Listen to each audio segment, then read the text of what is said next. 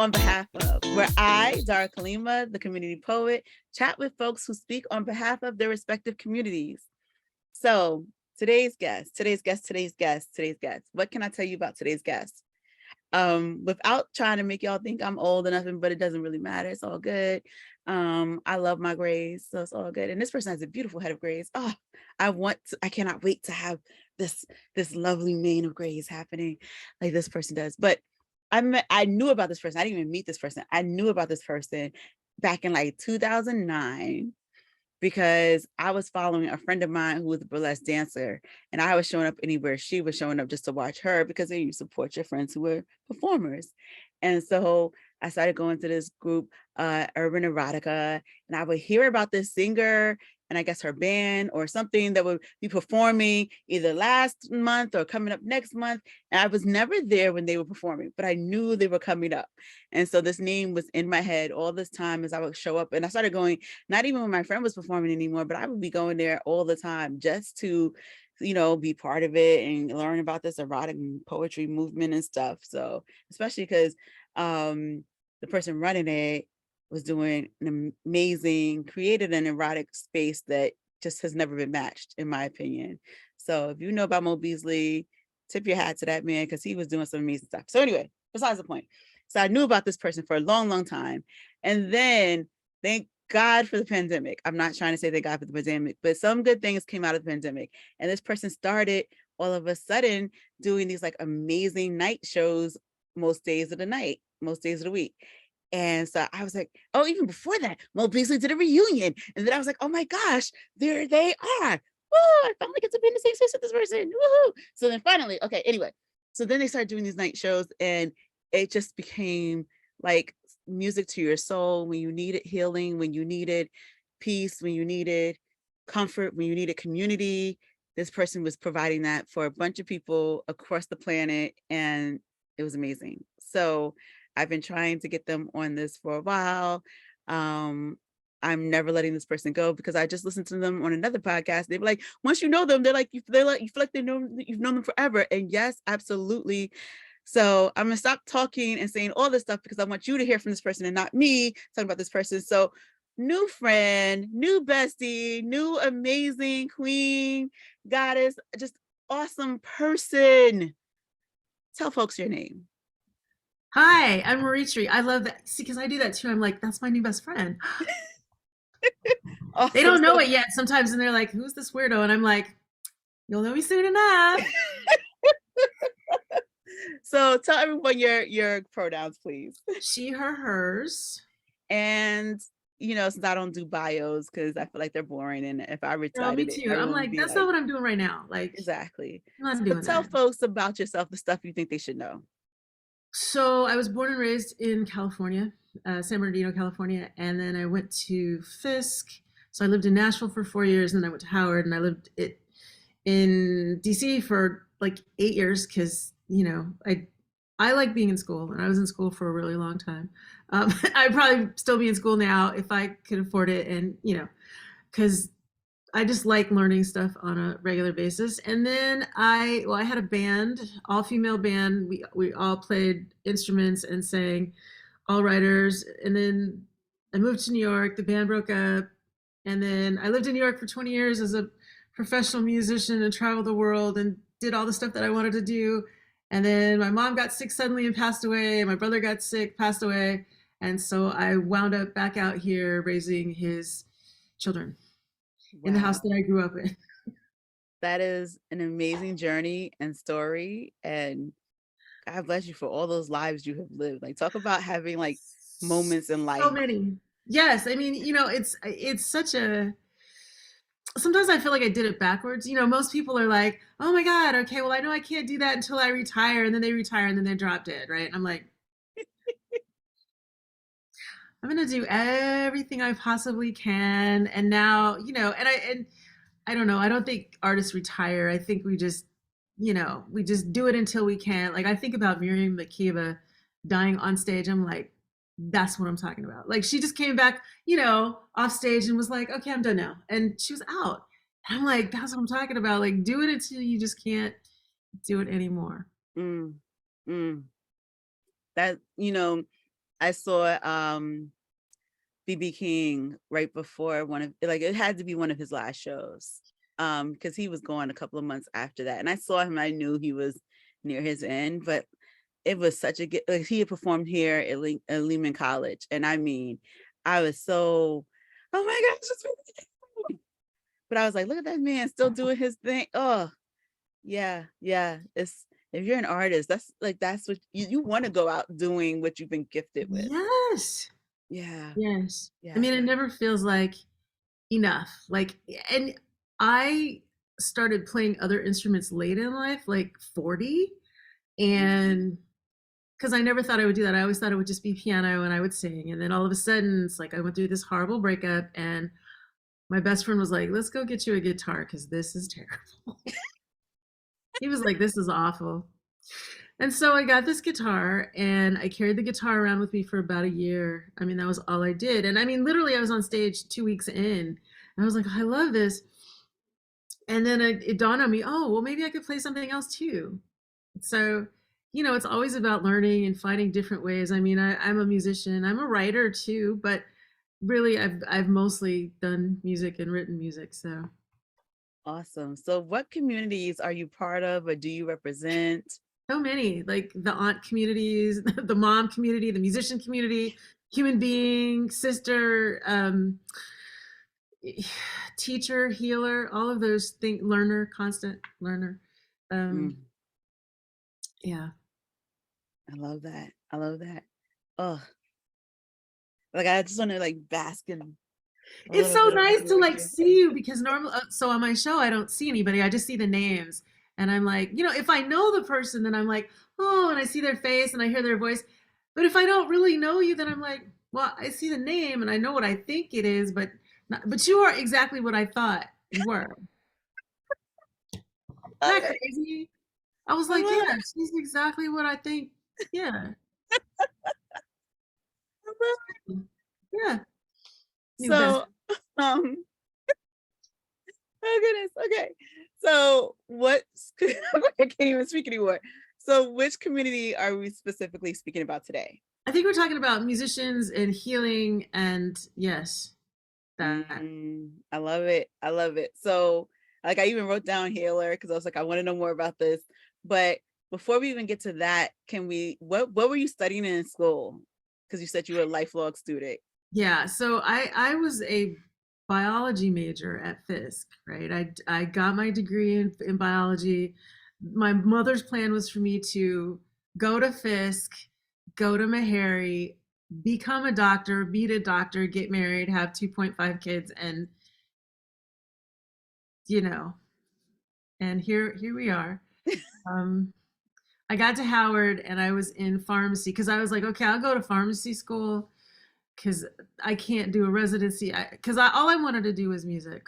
Mm, And my dad was a musician. My mom was like, yeah, no, that's not a life for a woman. And mm, you need to have a real job and benefits and a husband and kids and the traditional, like she had, which listen, I mean, she did great. She had a great life. My father was incredible. Like they had a real thing, but I just never really was interested. I mean, I'm interested now, but I wasn't interested back then at all. And I was at Howard. I was absolutely miserable in pharmacy.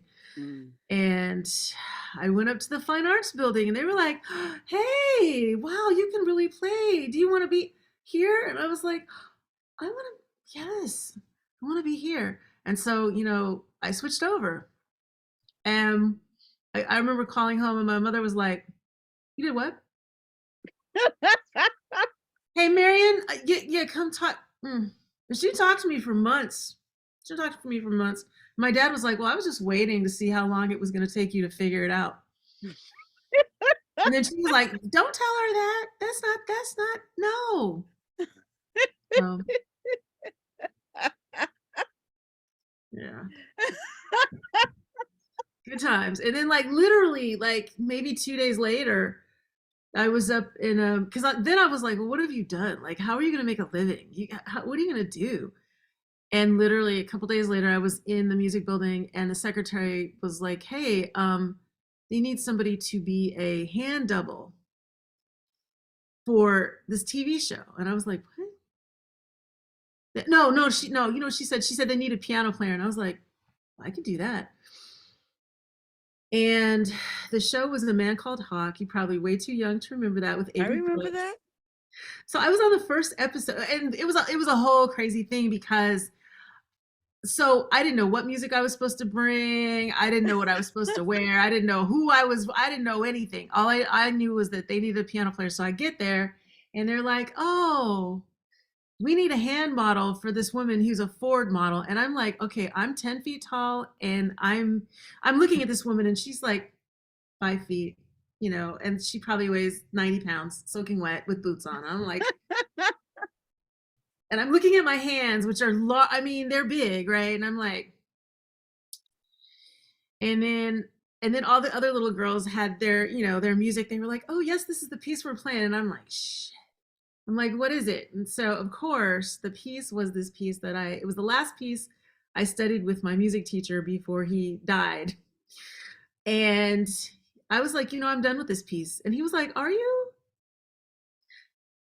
And so that was the piece. And I was like, I haven't played this piece in 4 years. I didn't have music. And I, you know, got up and I remembered it. Mhm.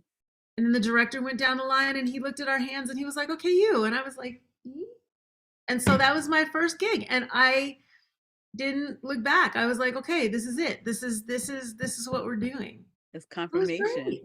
Yeah. It was That's great. amazing. Yeah. And yes, I remember a man named Hawk, right? Or Yeah, they called call it, Hawk. Yeah. yeah, because it was the spinoff of Spencer for Hire. Thank you. Some people, you know, because people are super young or, you know, not informed and just didn't know. And I mean, I was living in DC so they filmed in DC. And the guy that was his stand-in Mhm. became my best friend because this dude was hitting on me at the thing while we were, and I was like, and he just wouldn't stop. And finally I caught Greg's eye and he was like, is he bothering you? And I was like, yeah. He said, I wasn't sure if y'all were a couple. I was like, a couple? No. And so he came over and he's like, man, stop bothering her. And I was like, yes. So we became lifelong friends, which is great. So That is awesome. I yeah. love it. I love everything about that story. And I think even though I am younger, we may just be in the same. You're still Gen X though, right? Are you? Are I you? am. I Okay. like I'm almost boomer, but not. Okay. Like, You're at the very beginning of Gen X then. yes. Okay. Yes. So And I'm at the sometimes very end of Gen X. got it. Sometimes I don't really know where I am because I'm like, I think I have qualities of all of the, because I think I always feel this need to sort of evolve and see what's happening and not get stuck in the past. Because so many people get stuck in the past, and then if you stay there long enough, you can't go anywhere. Now, some of these millennials, I'm like, but then I also really appreciate, you know, kind of like the way that they think about life. Like they're not trying to accumulate wealth as much as they are trying to really just live their lives. And I'm like, I'm kind of down with that. You know, I'm more impressed with Z. I'm loving Z. I'm loving what I'm seeing out of Z. Z, I'm just Yes. like, Z, you have your head on correctly in Yes. every way. You're just getting it Yes. right. You're just Yes. knocking it out the park. They totally do. Like I appreciate them a lot as well. And I mean, I have, so the oldest is 17. It's 17, 14, no, 17, 13, and 10. And the 17-year-old wrote something the other day about the soul, and I was like, Yeah. you know, and she has this little boyfriend, and it's funny because she's like, you know, they're like two little old people. Like they remind me kind of my parents. Like they're just Mm, very solid, honest, always thinking about the other. And I'm like, this is really cool.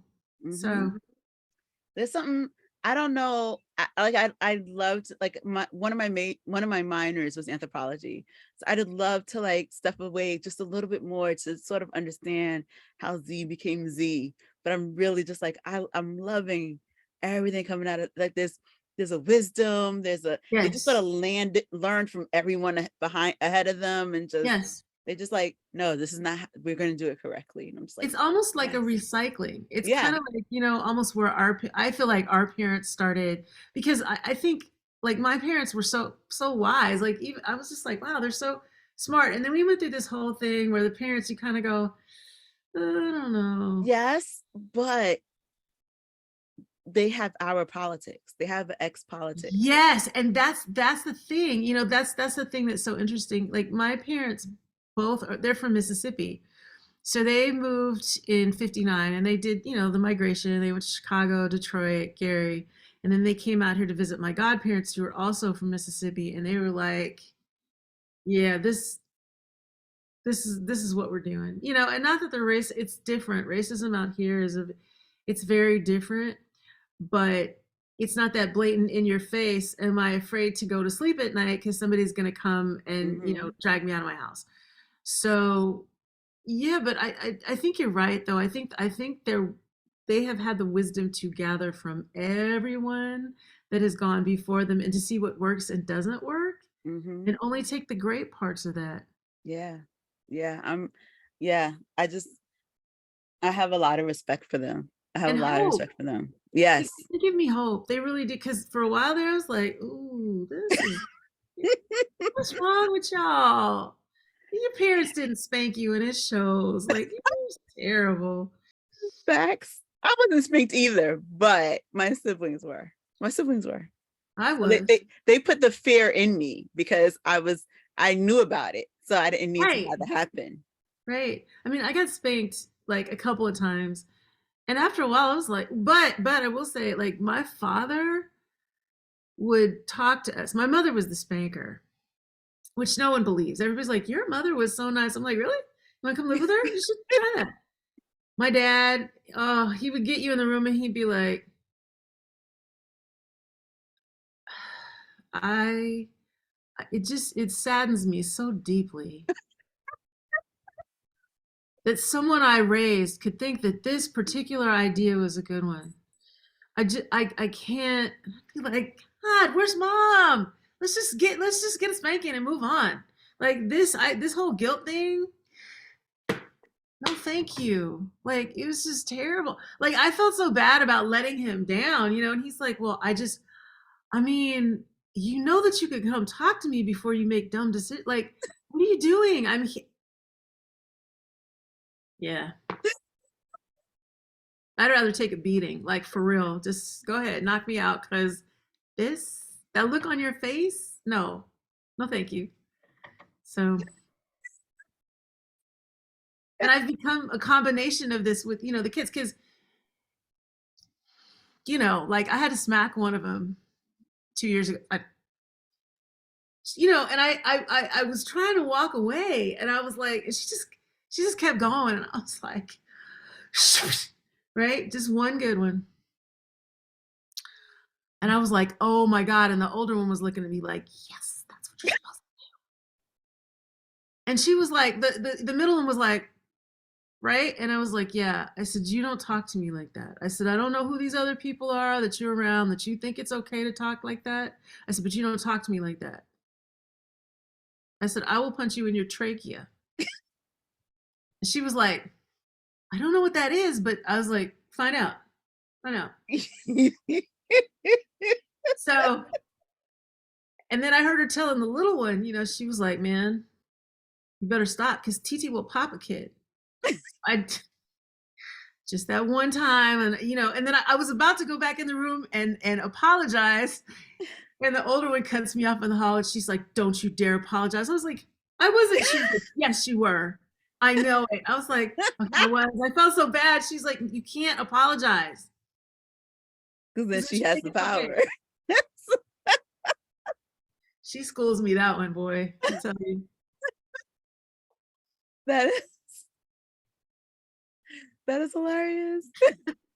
They're funny. They're very funny. All of them. So, I know we talked a little bit before I started hitting record. Yes. So these are your nieces. These are my nieces. These are my brother's children. My brother, God bless him. It's been almost 3 years. It'll be 3 years in October. He had a long standing health condition. And when my mother got sick and passed away suddenly, it just exacerbated. Like the two of them, I was really connected to my dad. He's really connected to my mother. Mm. And he just really, I just don't think he could continue. And he tried for a while and he got really, really sick. And he would do this thing, he would get sick, be in a coma for 3 months and wake up. And like he he went into one right before Trump got elected. And when he woke up, so, and I would go in every day, 3 times a day, and, I had my whole schedule. I would get up and work out, go visit him, go back at lunch, and then go in the evening. And so when I went in for the evening visit, the nurse stopped me and he was like, okay, he's like, I want to prepare you because it's different than it was earlier today. And I was like, oh God, what's happening? Like, because it's been 3 months. And I walk in the room and he's sitting up in a recliner. And he's like, so am I cleared to go back to work? I was like, sir, last night you were dead. So no, you are not. And he said, wait. And I was watching TV and I was like, yeah. And it was the funny, like it was, not that sickness is ever funny, but they're like these Yeah. funny moments. Cause like I would go in the room and, look and be like, sure that the doctors weren't looking. I'd be like, listen, get it together. Like, just talking to him, like, you can't leave me with these kids. Like, what is wrong with you? So when I came in and I saw him, I was just like, oh my God. And so yeah, and then so the last time that he went in, we just figured he'd come home like he always did, and they called me and they were like, no, no, no. He's really gone this time. And so I, sat with him until he just, talked to him, told him stories, and and he was not lucid at all. So it Mm. was just sort of waiting for the body to die. Like I totally felt like he was in the room and my parents were, it was a Mhm. really kind of surreal thing. And I think because of the pandemic, it was just me. Nobody else was really allowed. I mean, I had made friends with all of the nurses and doctors before, and the head nurse saw that he was in and she called me because I was like, I know I'm not going to be able to go visit. She called and she was like, I can get you in every day for 15 minutes if you want. And I was like, yeah, I absolutely do. So it was nice to spend that time with him. And then also he was here for 2 years with with the children and Mhm. the two little ones. It was like their first time really getting to experience him and see how funny he was, and Mhm. just how smart. I mean, he's a lawyer, so he's really smart, really funny, but just after my mom left, he just really couldn't, just really wasn't functioning. Well, it's beautiful that you were there for him and that you're also there for them now. It's, what, I am very, very fortunate. I mean, it's funny, like I had two regrets in life. Now I only have one. So I regretted not having kids, and sometimes not getting married too. I vacillate with that one because I was like, if I found the right man and I got married and we have kids, it'd be great. But it all worked out the way it was supposed to, because there's no way that if I had had a family, I could have picked up and just moved home and taken care of three little people. Because during the pandemic, I was homeschooling because they weren't going to school. So Mhm. it's like getting them up in the morning, making them shower, doing the whole thing, and then get them on their video with their teacher, and then doing homework and all of that. So it was a really interesting time. It was a really interesting time. And just imagine how much time you've had to bond with them. And Best thing ever. It's yeah. the best thing ever. I mean, because so when they first got here, like they were just like little savages, like really, like they would say stuff to each other, like the middle one told the little one. Now the middle one has braces because I was like, she had this crazy overbite thing, so I got her braces, and she told the little one, she's like, "Oh, I see that your teeth are social distancing." I was like, "Damn." But the little one didn't Wow. miss a beat. She goes, "Well, at least I have eyebrows." And I was like, okay, no, no, no, ma'am. So we started having tea every day, right? And just okay, you have to give your sister a compliment. Mm. Oh, I like that the hair on her legs isn't 2 inches long.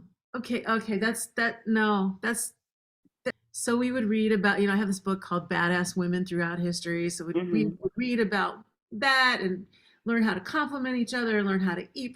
So all of that happened during the pandemic, and it was a real bonding experience. And their dad was here, like he was working too, but he was here, so we all ate dinner together and did things together, and it was really actually nice.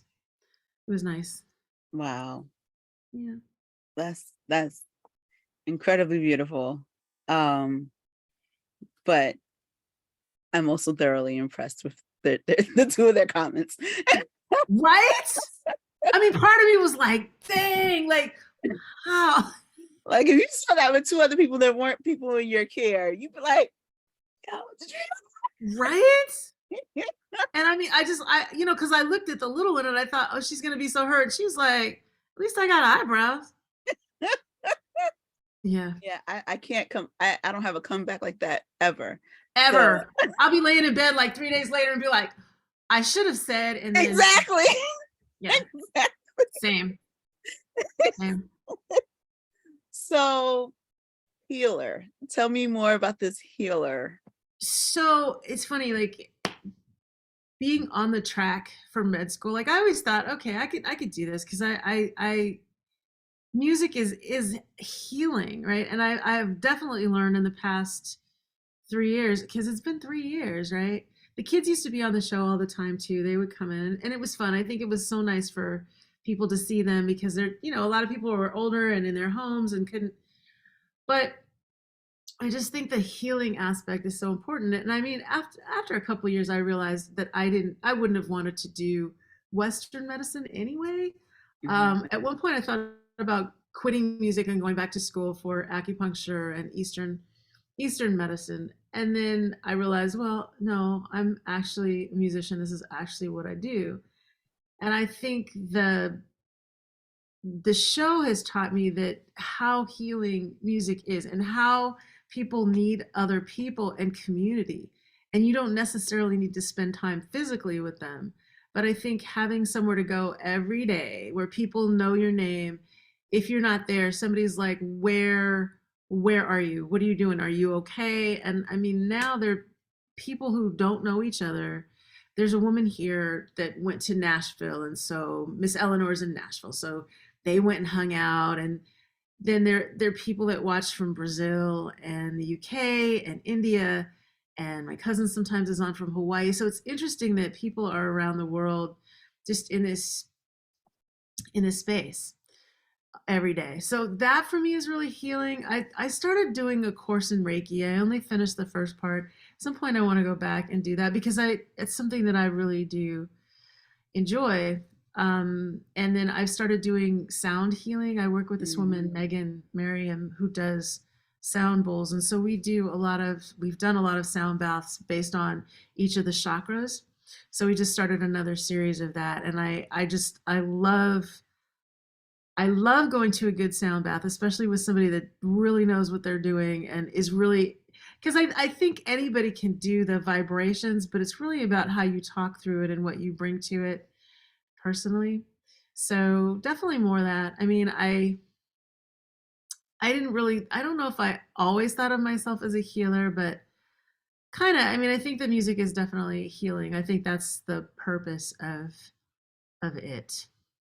I can tell you, and I can say it for a fact for all people watching, that I have definitely cried watching Reunion of Souls, which is the name of your gathering on Facebook. And I have definitely laughed a lot.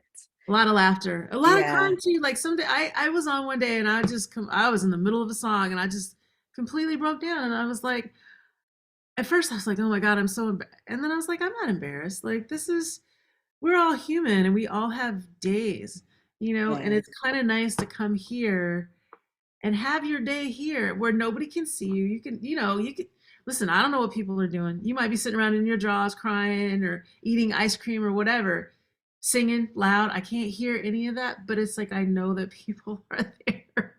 And So and I mean it's true because half of the time when I'm listening to you, I'm curled up in my bed. But Love what's that. amazing is when you say hi to someone, and there's times like I forget that when you're doing a Facebook Live, you can see people log in or watching. Yeah.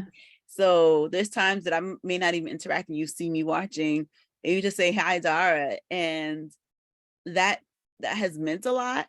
That has meant it's like it'll make me smile out of nowhere. I love Um, it. Yay. and it's like it does change the vibe to be seen or to be acknowledged or Yes. to know you're in room with people, or like Yes. having Kathy say hi to people along the way and Yes. having, and like when I was sick and I had COVID, just having you engage, just like, what are you gonna do about your voice? And like that was like, someone came, No. like, that was like, because especially when you have COVID, you're isolated.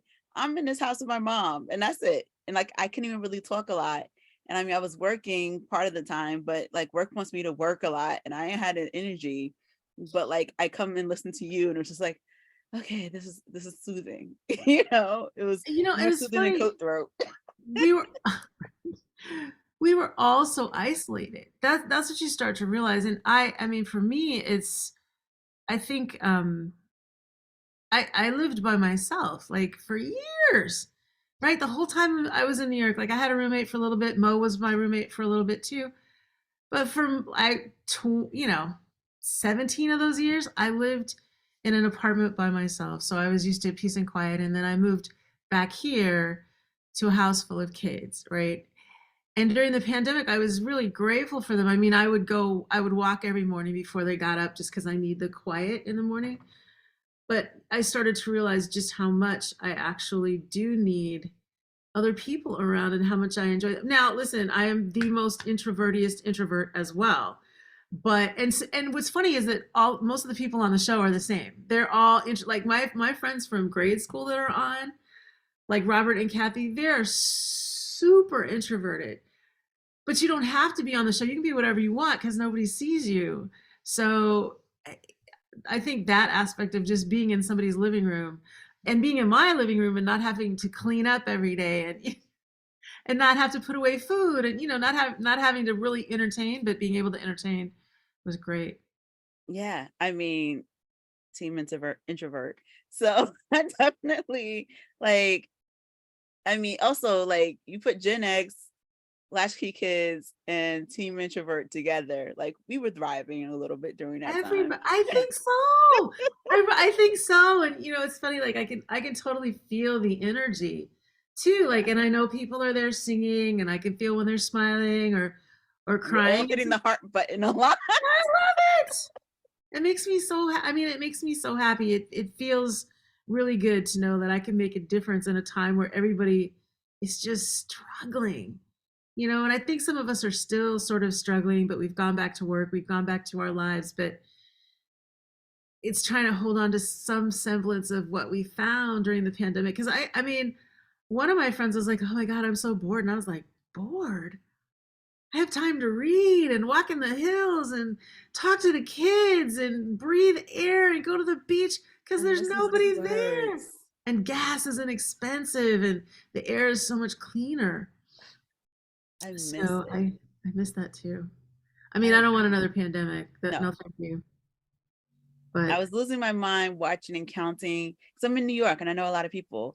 So yes, I was losing my mind watching how many people were dying or how many people. And at first, I didn't know people personally, but I knew a lot of people who were losing people. So it took a while for the deaths to become personal. But it was always like friends were losing people. But watching how many friends were suffering was making me lose my mind on its own. But yeah, the like sitting here and hearing the birds chirping and just being like sitting on my terrace again and being in yeah, silence was just like, oh, I haven't sat on my terrace since I was a teen.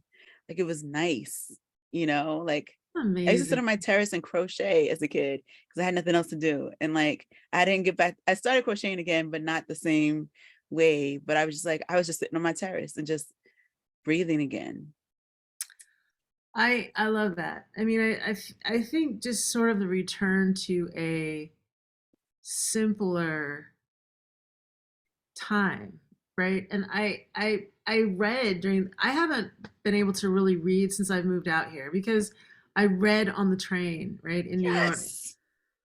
That's the best reading. And that's when I listen to music. Now I listen to music in my car because if I listen to a podcast in my car, I'm going to sleep. So I can see that. seriously, like listening to people talk. So I don't really like the audio books as much, but there's something about just having time. I was cooking every day and I was trying new recipes that the kids hate, because they hate everything. And it's like, oh no, we want hot pockets. Well, you okay, but not every day.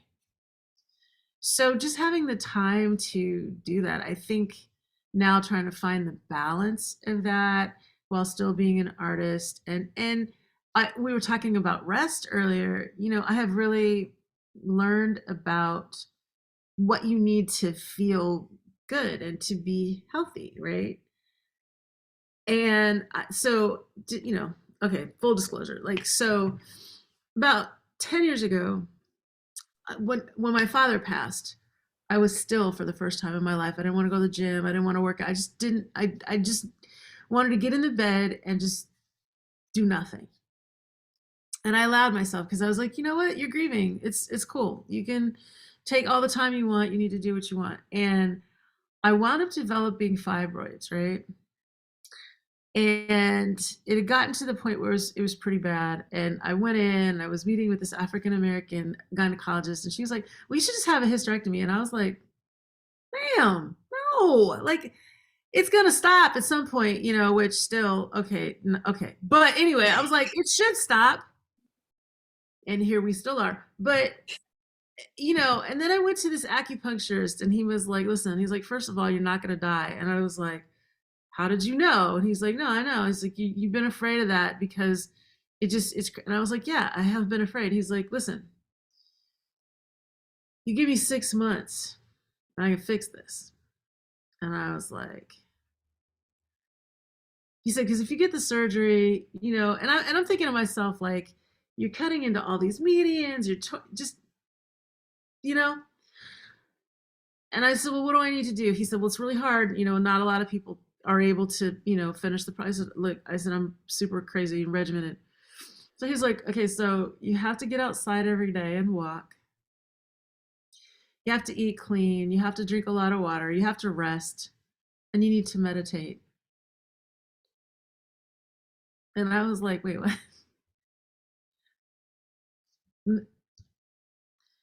All the things that we're supposed to be doing, right? And I'm like, really? He's like, yeah. And that changed my life and sort of my outlook. I mean, I knew that I needed to move every day, but I think just being conscious of it and the sleep thing, because I would stay up all night, but then I would sleep until like 9 or 10. I'd be up until 3 and then I'd sleep till 9 or 10. But sometimes, like, and with the kids, like the oldest had to be at school at 6 a.m. for 2 years. So I was up at like 5 a.m. every day. Like, this is the first time I've done this. But I was like, okay, if you do that though, you either have to go to bed early, which for me is hard because my brain doesn't shut down, or you just take a nap.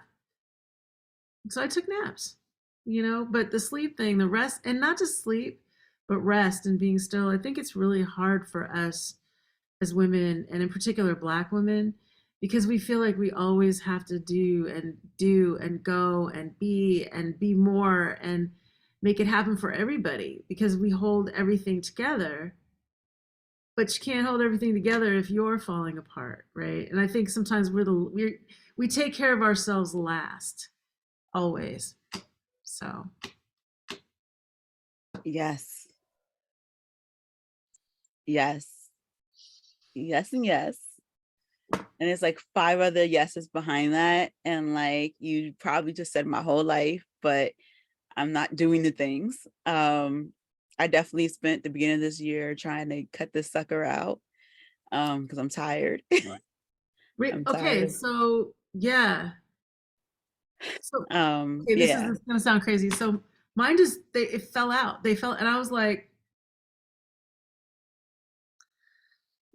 I don't I don't think that's how it's supposed to like, really? But I was Yeah. just so weak, right? And but really just cleaning up my diet and And I mean, at the time, I was vegetarian anyway, but he was like, okay, so you need to add in some protein. You need some clean protein, and not a lot. And it wasn't a lot, but I'll talk to you about it at some point if if you need, because Yeah, okay, maybe we'll have a side conversation about that. because we don't talk about that. There's a lot of things we don't talk about, and Mhm. I mean, that's part of the reason why I talk about the things that I do talk about. Is why the moment I got on meds for for being depressed, I was like, oh, I'm gonna talk about it. Like, I'm fine. I am on drugs and I'm still searching and trying to find the right one. Why? Yes. Because if I wasn't on it, we wouldn't be doing recording today. I'm gonna Yeah. tell you that much. Because if you knew what my week was last week, there's no guarantee that I would be here to do the recording today. So I'm all about taking the drugs. If you know you cannot, if your brain is not wired properly, take the Yes. drugs. Go Yes. to the therapist. Yes. My therapy section is an hour and a half from now. So I'm all about do the things you need to do to be okay. Yes, the Because therapy. I mean, we are so, as it's such a stigma. Like when I was growing up, it was such a stigma. And even with my brother, I was like, dude, go see somebody. He was like, you go see somebody. I was like, I do. I'm all about it. And Same. there's no shame or embarrassment. I'm like, No. let's go find the right drug because this one's not working, but let's try the other one. I'm like, See, let's keep going. Let's keep going until we find the right combination. And so I saw my psychiatrist yesterday and she goes, is it working? I said, we can't tell because we had a hard week. Let's keep going and figure it out.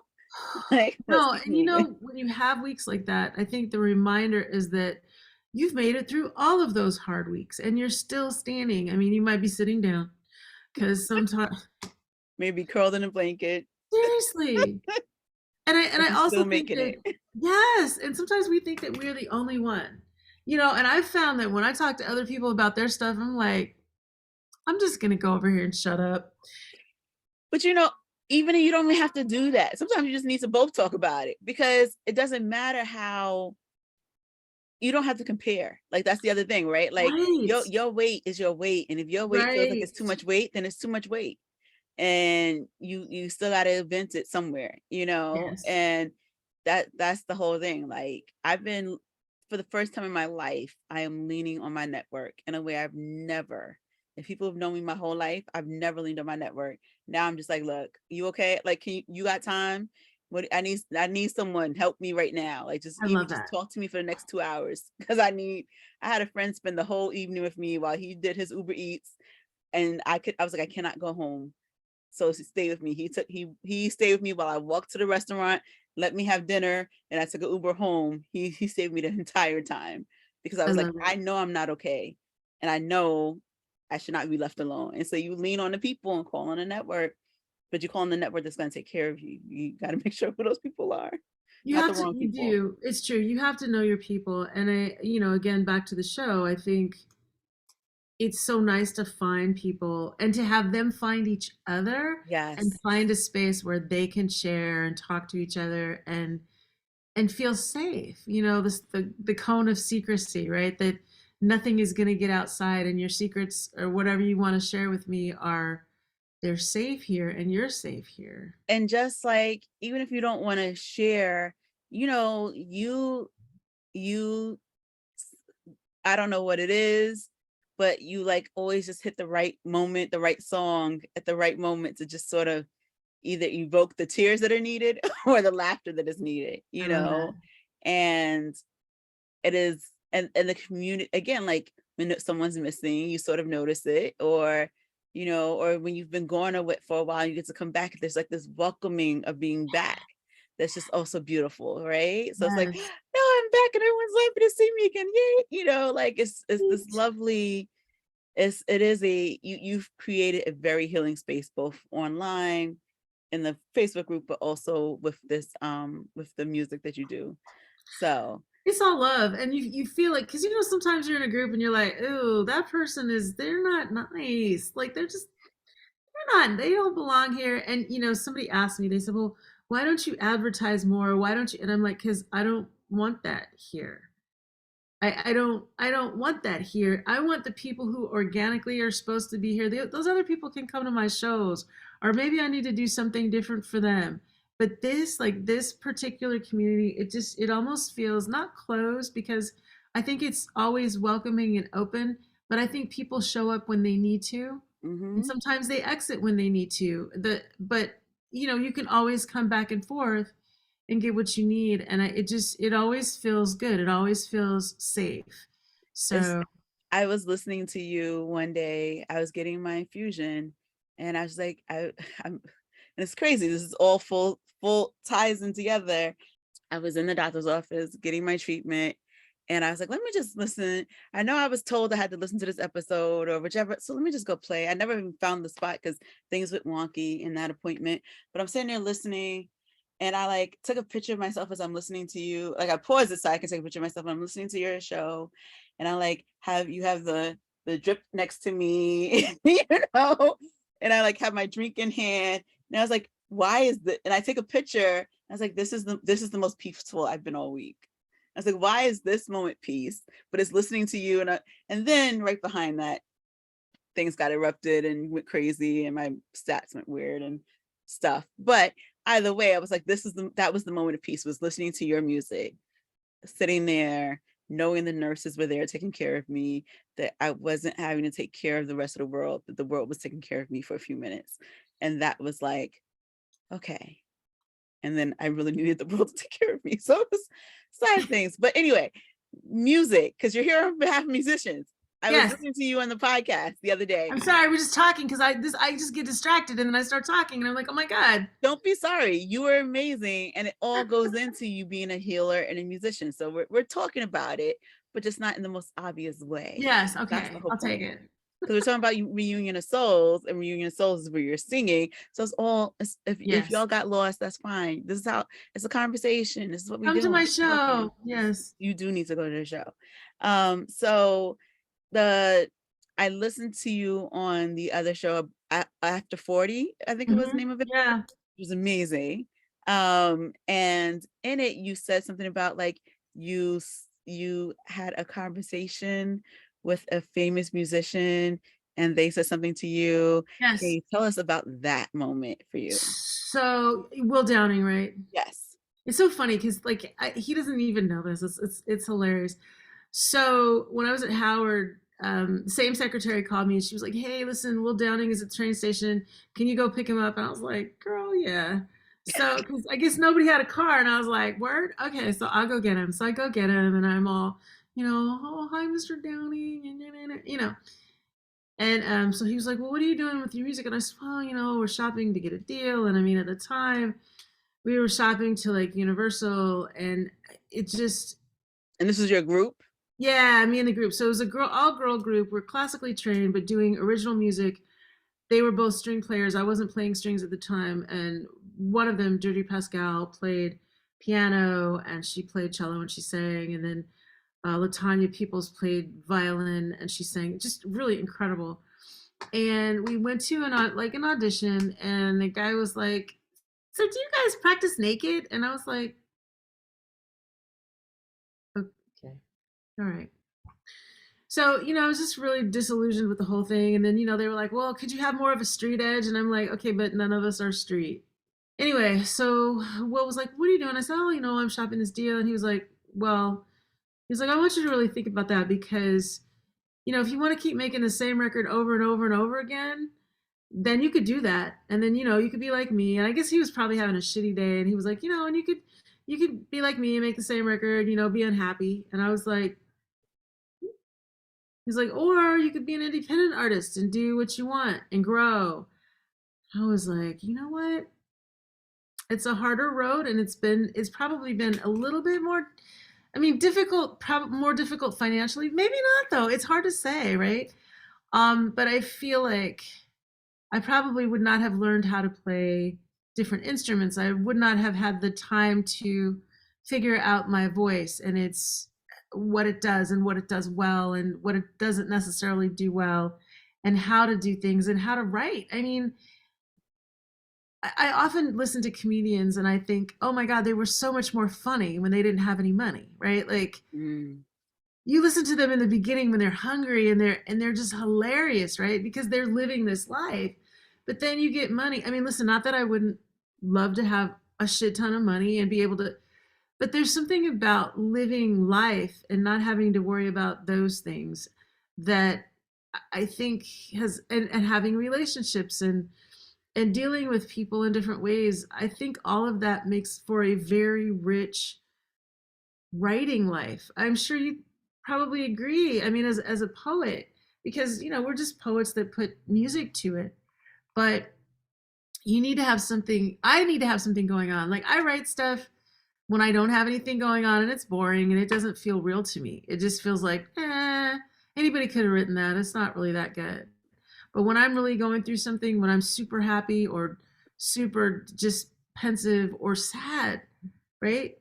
Then that's when the magic really happens. And I'm not sure that I would have had the space to have that if I just had to pump out records Mm. all the time.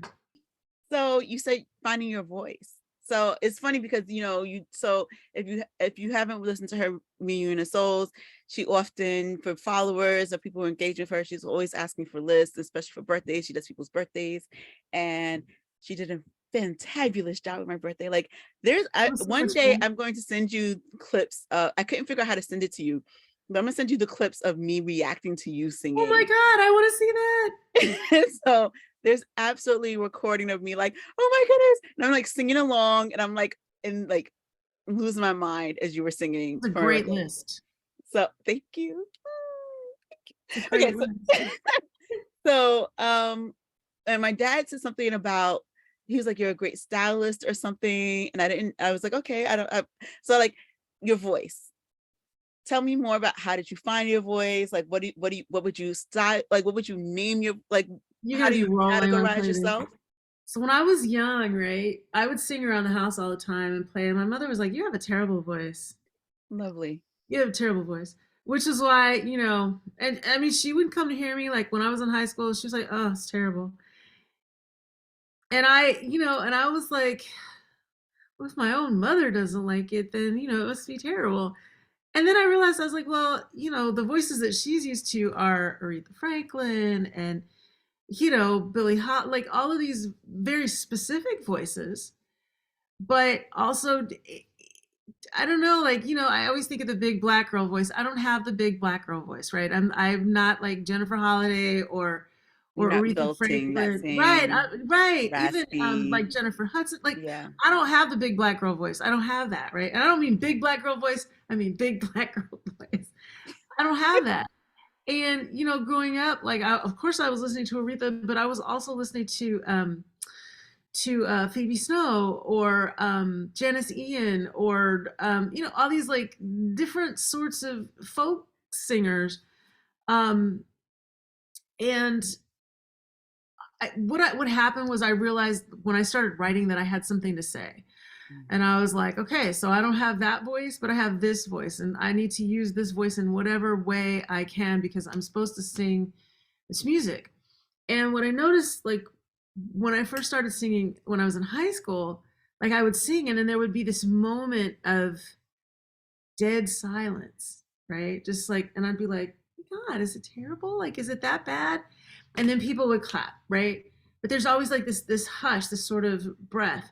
And I was like, okay, well then I think I'm doing it right. I'm doing the message. And just later I started to realize that, I had a much lower voice than most people and it would do weird things and it would crack. And I was like, okay, we'll just lean into that. And then about probably maybe 10, 15 years ago, I met this guy, Nick Casarino, amazing young guitarist. And it was the first time that I was just learning to play guitar, but I also, for the first time, put the instrument down Mhm. and allowed him to play for me. And I found these places in my voice that I didn't know existed. Like I had a whole upper range that I had never used, and it was a weird moment. It was like, do you ever have that dream about like you're in your house, but then you find a new room and you're like, no, that was there. Have you ever had that dream? Such a bizarre. So it felt like that. I was like, oh my God, this thing has been living in my head my entire life, and I didn't know that it was there, and now it is showing itself, and what am I going to do with it? And so just sort of leaning into it and finding it and then finding other instruments. And I'm still finding my voice and figuring out what it is that I want to say. There are lots of songs out there that I do on a regular basis that I love and wish that I had written, and then figuring out, okay, well, this is also part of my story. How do I make it feel like my story to other people? Like when I heard No One Knows the Piano, you know that one? No, I don't. No one knows the piano in my mama's home. No one knows me like the piano in my mama's home. Mm-mm. It's by this artist Sampha. And when I heard that, and he's like, you showed me I had what they call a soul. You dropped out the Mm. sky when I was 3 years old. No one knows me like the piano in my mama's home. And I'm like, that's my story. Mm. That's my story. I was 2.5. I was playing piano, and now I'm playing on the same piano. I mean, I have another piano too, but I'm playing on the piano every day, playing these songs that are just completely telling all my life, all my business, right? And oh, and so Roberta Flack, same thing, right? I mean, listening to her, I was like, oh, she plays and she sings, and she's not loud, and she doesn't have the big black girl voice, and is beautiful, and she is giving us these lyrics that mean something and often make me cry. Mm. So yeah, I mean, I think I'm still finding it, but that's been my story. You know, My it's funny. I used to sing. I call myself a jack of all trades when it comes to the arts. I'm not necessarily great at any of it other than writing. But I studied theater. That was my main thing that I studied in school. So I have 3 degrees, 2 of them are in theater. Depends how I say that degree. Where did you go to I change school? it. Now I'm interviewing you. Where'd you go to school? I went to SUNY Purchase for undergrad, then I went to NYU for my first master's, and my last is at Excellent. Baruch. Excellent. Thank you. Purchase is the bomb. It is. I wasn't in the conservatory, but I studied educate. No, that's the wrong degree.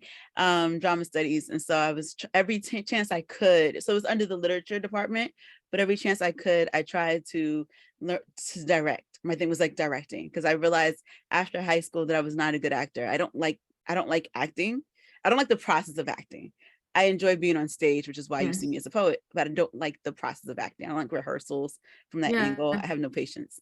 But as a director, I can enjoy watching it over and over again. As a poet, I don't have to do a million rehearsals, so I can do it. But like as an actor, I hate it.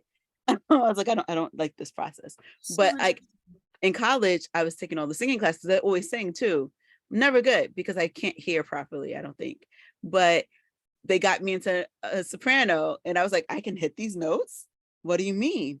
And isn't that then an amazing feeling? And you're like, it was yeah. amazing. But then like I sort of got like dropped out of nowhere, and like I stopped taking classes, and I was like, and now I can't sing any notes. Great.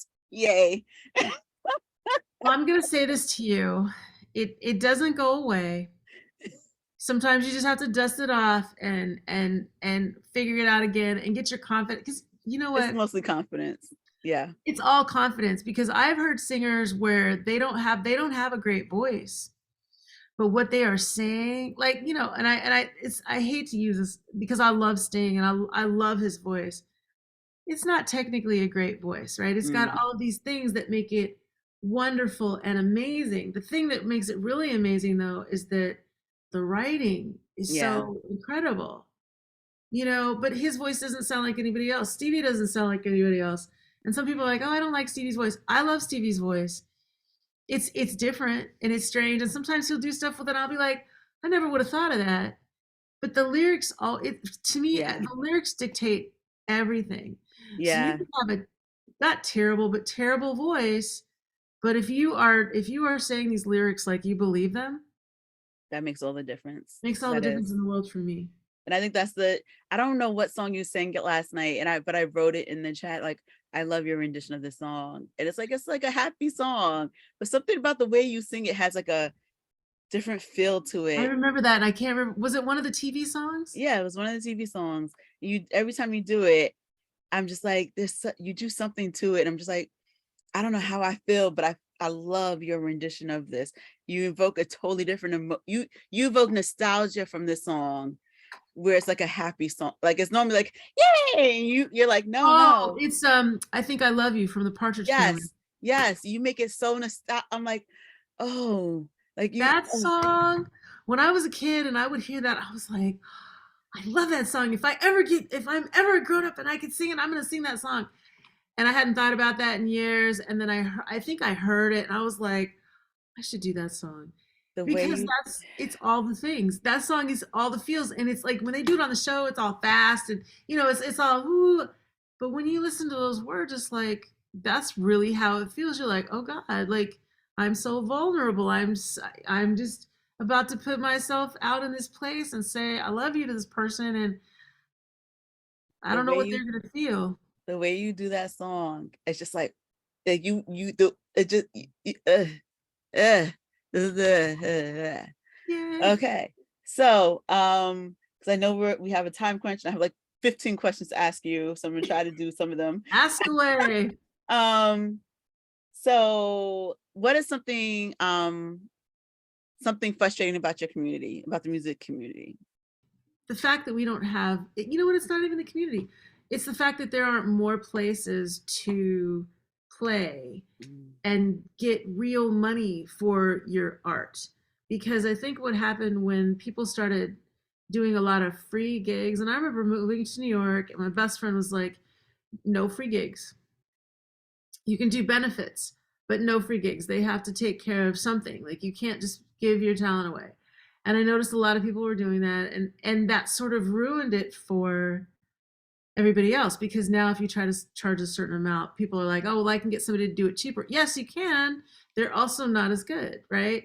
And I think that's very frustrating. I mean, I think in my own particular musical community, everybody's pretty supportive and really there for everybody else. I mean, I don't know, I feel like my life is sort of just it's that's what it is. It's like there are people who are really just really good people, really good at what they do. They've worked really hard at their craft and they're giving their all. And I would like to think that I'm doing that, and that is the goal, to just be better and like I've been able to provide opportunities for younger people, in spaces like sometimes, and I can't really talk about it because it's like one of these things where, but I have been allowed to put people in positions to do music and get paid what they are worth and to get mm, treated like they deserve to be treated, right? Everything's taken care of.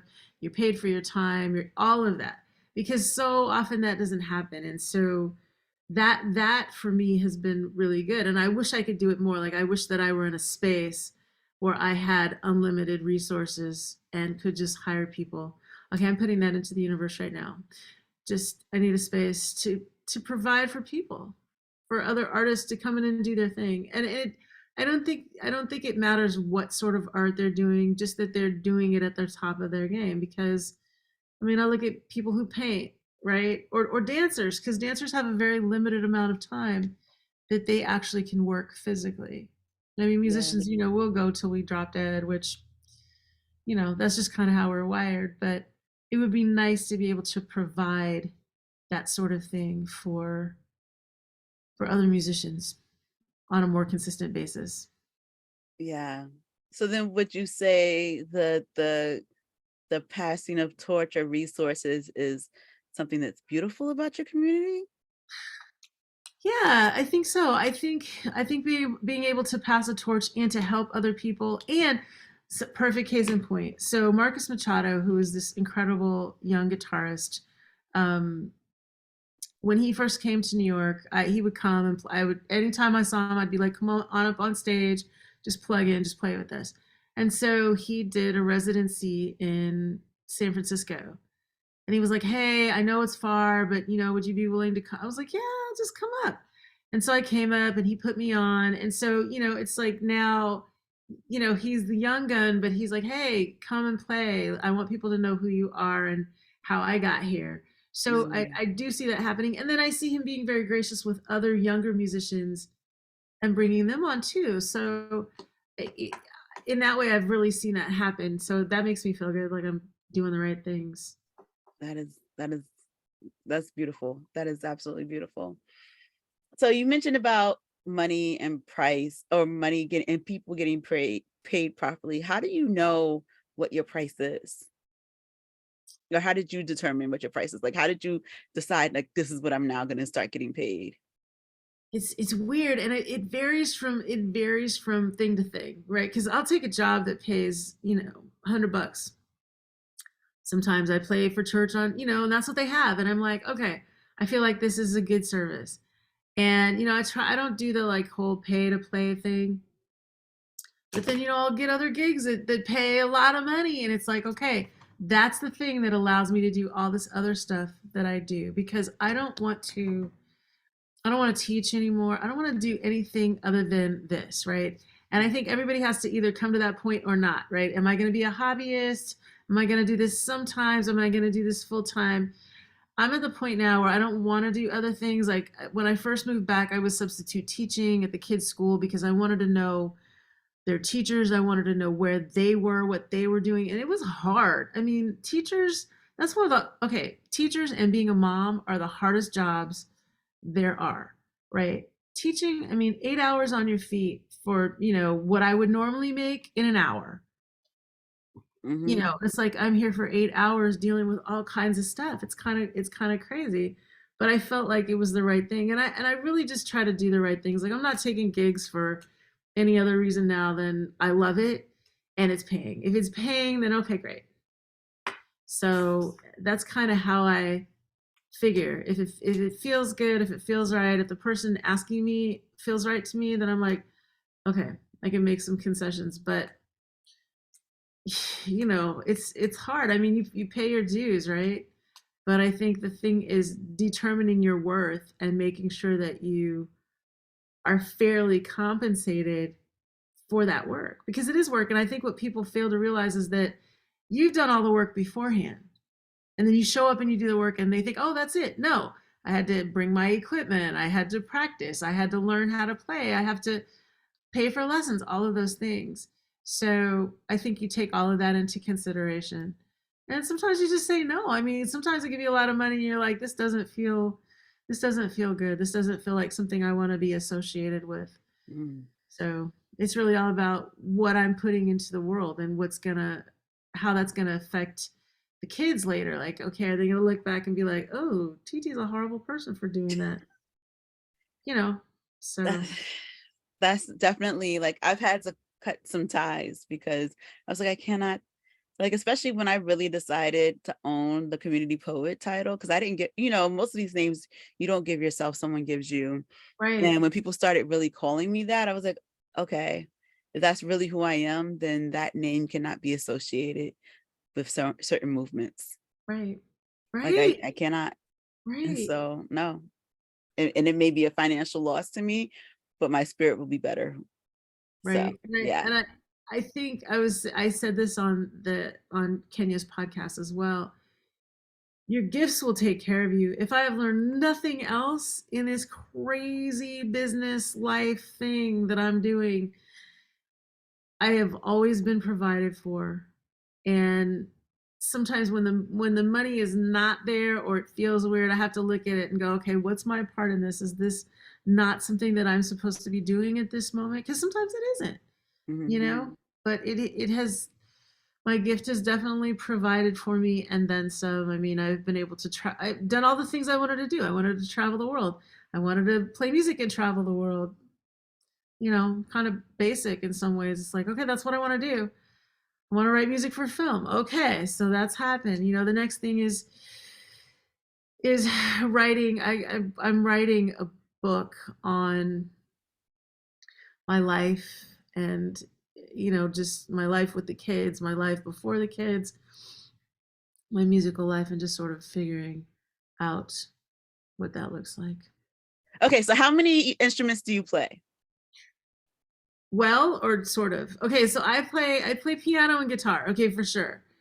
And I Okay. play bass. I can play bass.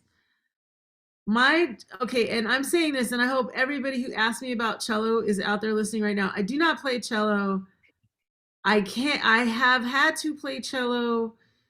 I have to get paid to play cello because it requires a lot of practicing. I'm not a cellist. There are really great cellists out there. I figured out how to make the cello work when I'm singing. I mean, like I've I was telling my best friend this, and because I was like, yo, these people hired me to be a cellist. And I said, I'm not a cellist. He goes, are they going to pay you? I said, yeah. He said, then you're a cellist. Okay, bet. So, Hey, as long as you deliver what they said that you said you would. right. And that's it. I mean, I remember, oh my God, I took this gig in Palm Springs. They wanted a Black woman who played cello. And I was like, so I took the gig, and I mean, I was really just starting to learn how to play cello. And I took my mother with me against her will. She was like, listen, I don't want to go. I was like, no, you have to go. So we go. And I was playing, and she was like, I'm just waiting for you to play your good song.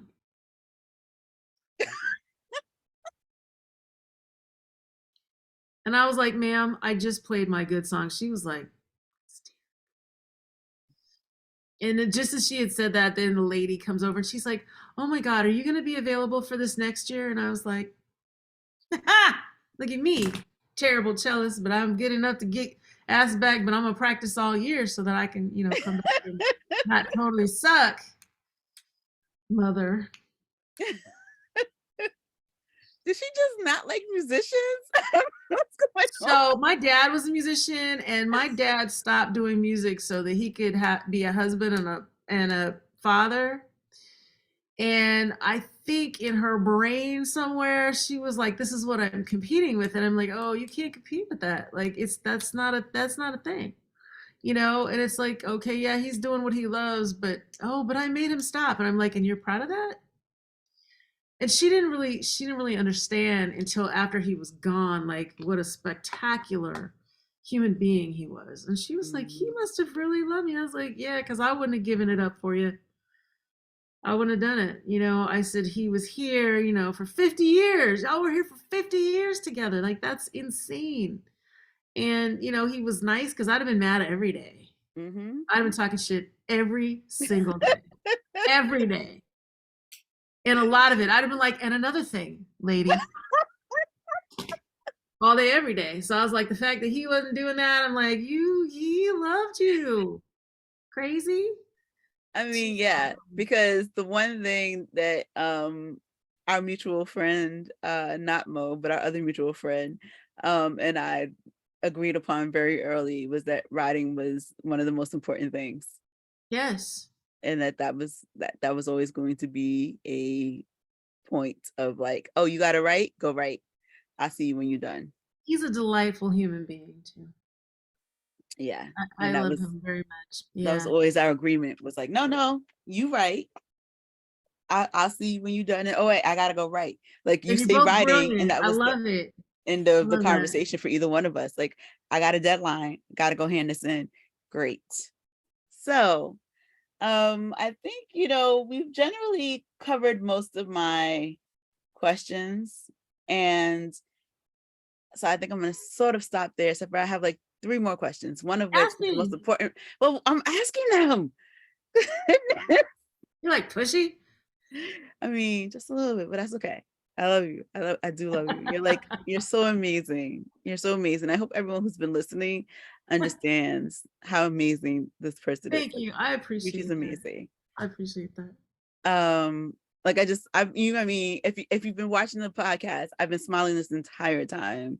I have not stopped smiling, because just having Maritri on my screen, it's like a dream come true. So, Maritri, Yes. I know you quick saying something for a moment. I know you're not in front of all your equipment and everything like that you would Yes. normally be for Reunion of Souls, but Yes.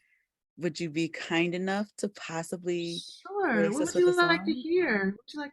Just whatever's in your soul. Like, I don't want to, whatever. Let's see. Here we go. Right. I know 5 million songs, and I can't think of a single one. Okay, here we go. Why are there so many songs about rainbows, and what's on the other side? Rainbows are visions, but only illusions, and rainbows have nothing to hide.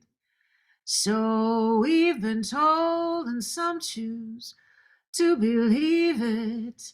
I think they're wrong. Wait and see. Someday we'll find it, the rainbow connection, the lovers, the dreamers, and me. So I have to ask you because I get to ask you questions.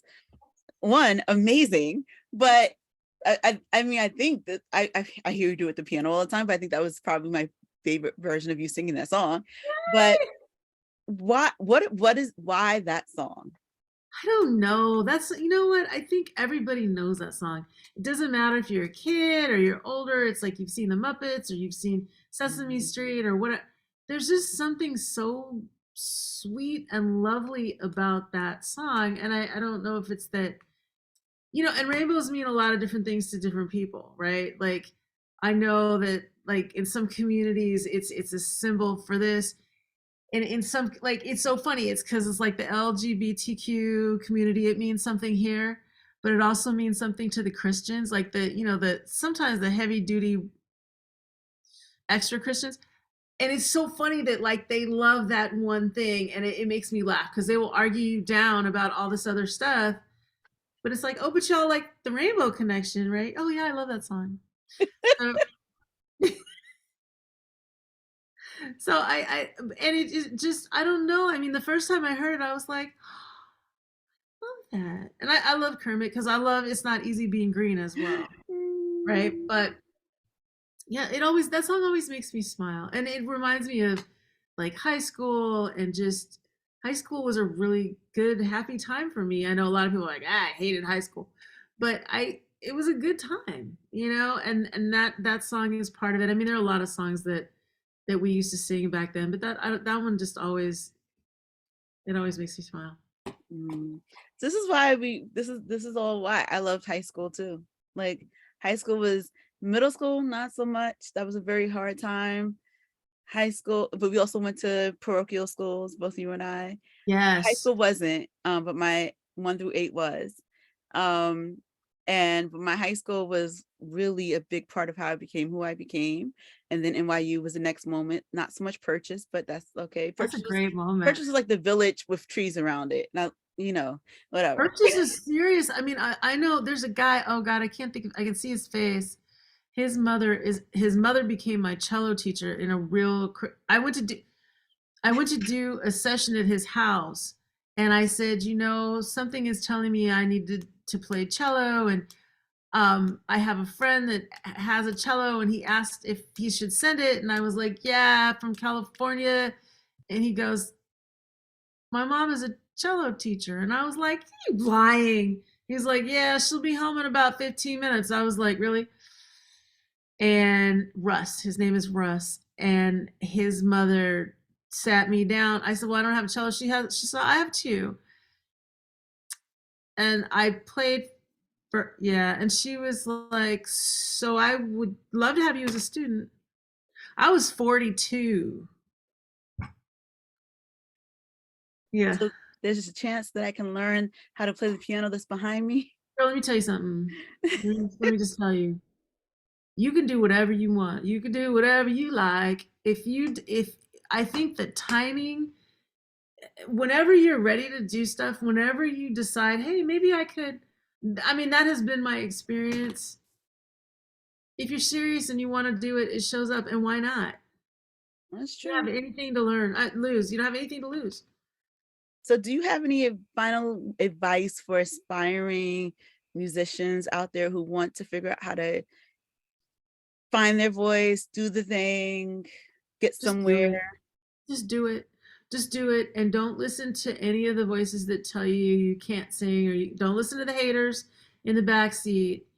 That, because really, if you have enough time to criticize somebody else, then you're not doing the work on yourself, Mm. right? So I always feel like people who hate on other people, it's like, you need to go practice and just shut up or stop it.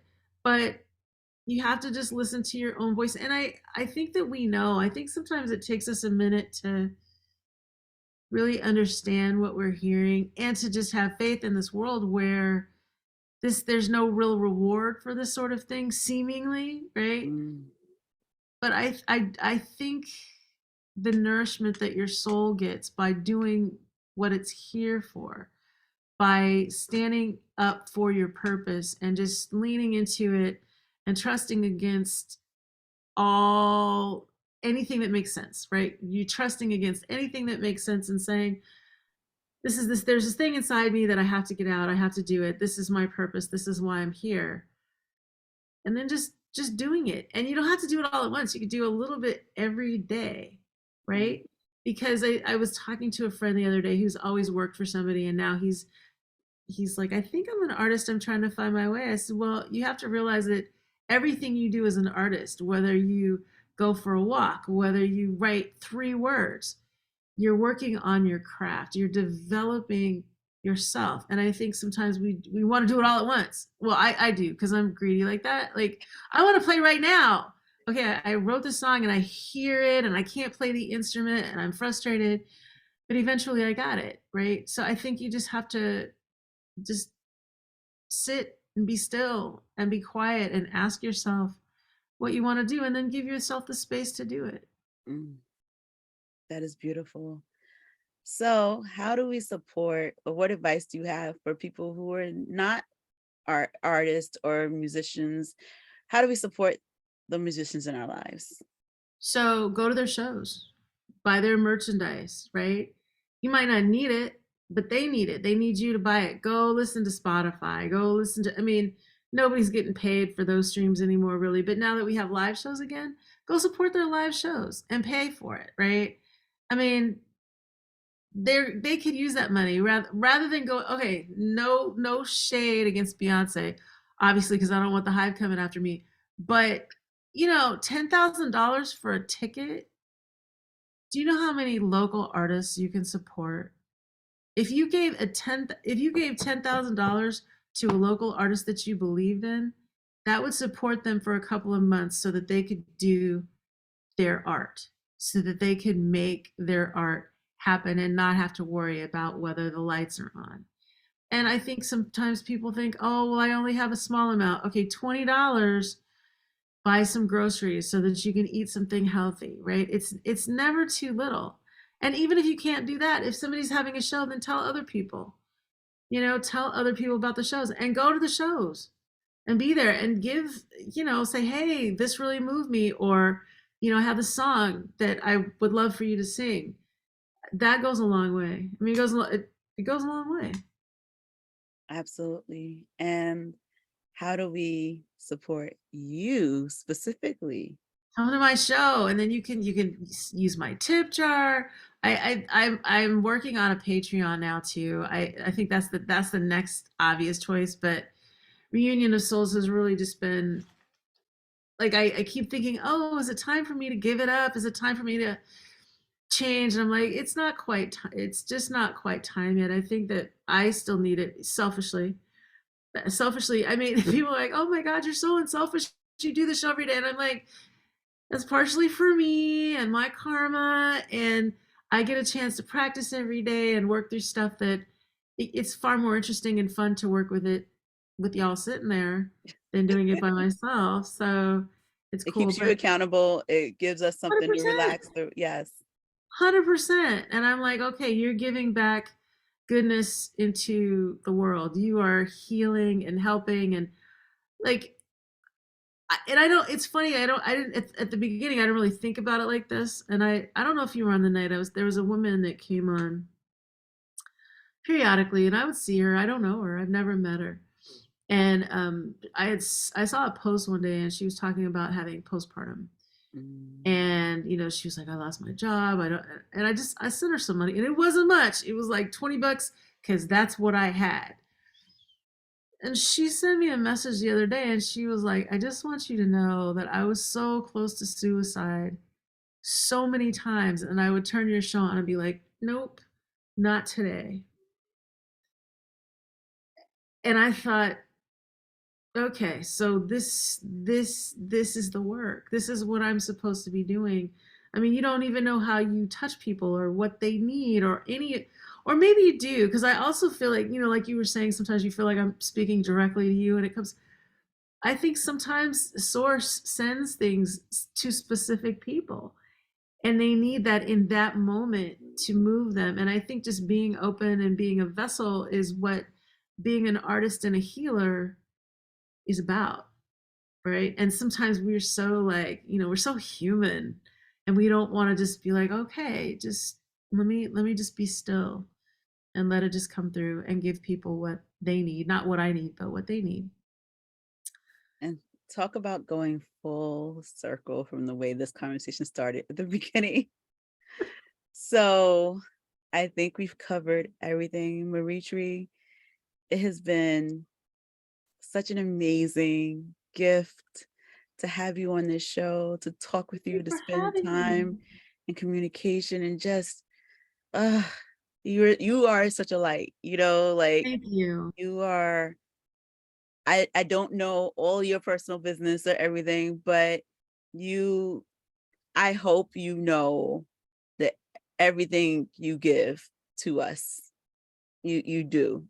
You do. And it means so much. And when I say compliments, You're I know so genuinely genuine. means You're that. so genuine. And I mean, Yeah. in yoga we say, namaste, which means Yep. the light in me sees the light in you. And I love that because I had heard it for years and I didn't really know what it was. And then I got the explanation. I was like, of course, like all the light workers see each other. That's why we gravitate to each other, which is again, I don't want to advertise and have some darkness showing up, ruining all of it. I don't want that. So yes, and I see that in you too, and I love it. And I'm thank you so much for having me. This was delightful. Yay. So thank you everyone for listening to On Behalf of. As always, hit that subscribe button wherever you're listening, watching, all that stuff. And if you feel super generous, there's that special button on Spotify where you can subscribe financially, because I'm doing this for free, but it's Yes. equipment and time and energy. And as we said, pay artists. So Yes. choose whatever. If you don't, it's fine. Still love you. And I will see you next episode. Thank you, everyone. Bye.